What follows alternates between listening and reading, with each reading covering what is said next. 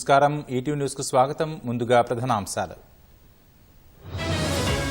ఢిల్లీలో ముగిసిన ఎన్నికల ప్రచారం ఎల్లుండి పోలింగ్ కు సర్వం సిద్ధం మహాకుంభమేళాకు పోటెత్తిన భక్తులు వసంత పంచమి వేళ 2 కోట్ల మంది అమృత స్నానాలు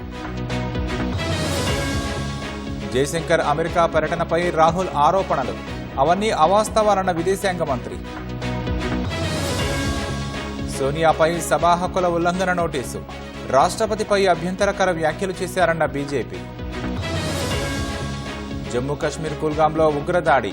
మాజీ సైనికుడు మృతి 2కి గాయాలు పనామా కెనాల్పై చైనా ప్రభావం తగ్గించాలి హెచ్చరికలు జారీ చేసిన అమెరికా